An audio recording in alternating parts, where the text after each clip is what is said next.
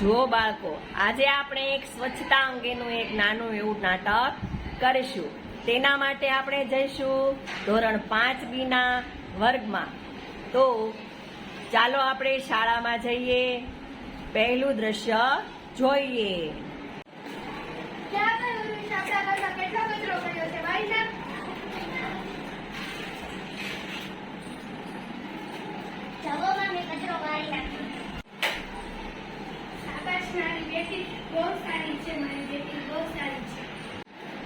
જો બાળકો, આ હતી પેલા ઘરની કહાની.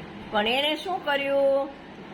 પોતાનું ઘર સાફ સુથરું કરી અને ચમકાવી દીધું, પણ કચરો બહાર બીજાના ઘર પાસે ખુલ્લામાં નાખી દીધો. હવે જોઈએ બીજા ઘરની કહાની.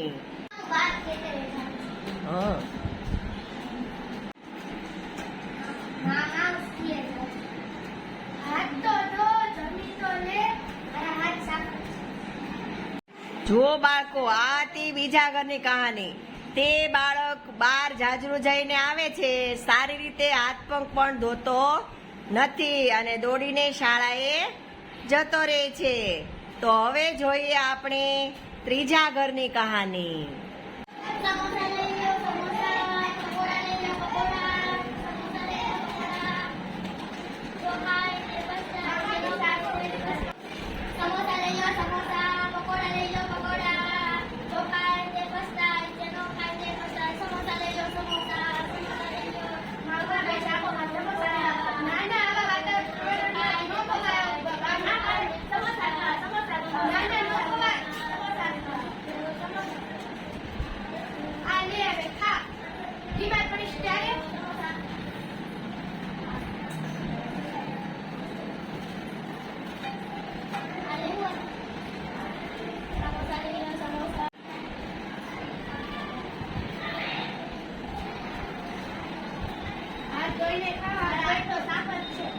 બાળકો, આ હતી ત્રીજા ઘરની કહાની.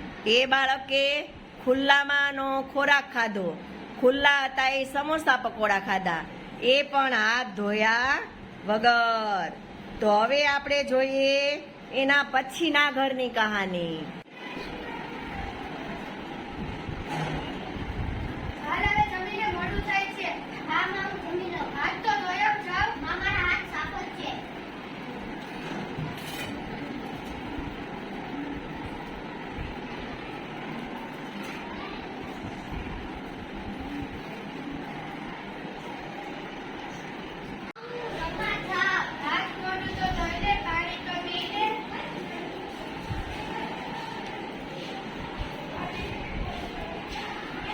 જુઓ બાળકો, આ હતી ચોથા ઘરની કહાની. તે બાળક રમતો રમતો આવીને જમવા બેસી જાય છે અને પાછો જમીને સીધો રમવા જતો રહે છે. તો આ હતી હર ઘરની કહાની, હરેક ઘરની કહાની. હવે આપણે જઈએ આપણા એના પછીના દ્રશ્ય તરફ.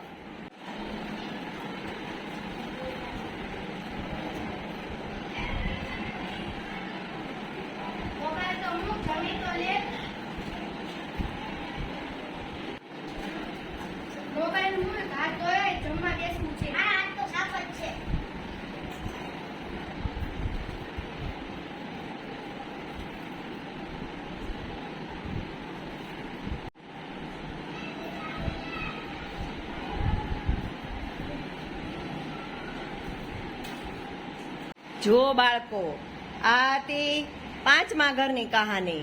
એ બાળક શાળાએથી આવી અને સીધો મોબાઈલ લે છે. આખો દિવસ મોબાઈલ જોયા કરે છે. મમ્મીનું કાંઈ માનતો નથી અને મોબાઈલ જોતા જોતા એ જમે છે. હાથ ધોતો નથી અને જમ્યા પછી હાથ ધોતો નથી અને તરત પાછો મોબાઈલ લઈને બેસી જાય છે. તો ચાલો આપણે હવે જઈએ એક બીજા દ્રશ્ય તરફ.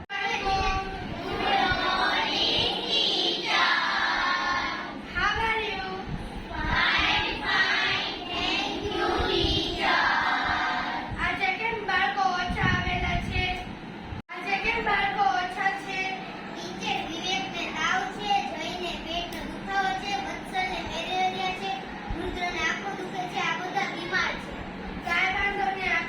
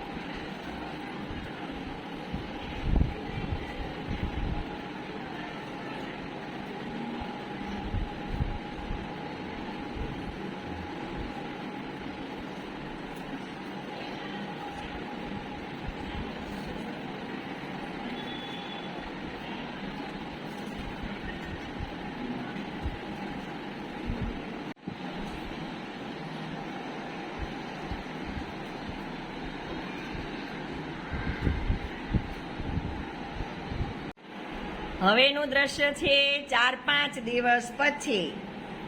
બધા બાળકો આવ્યા છે. જોયું ને, આપણે કચરો ખુલ્લામાં ફેંકીએ તો માખી મચ્છર થાય.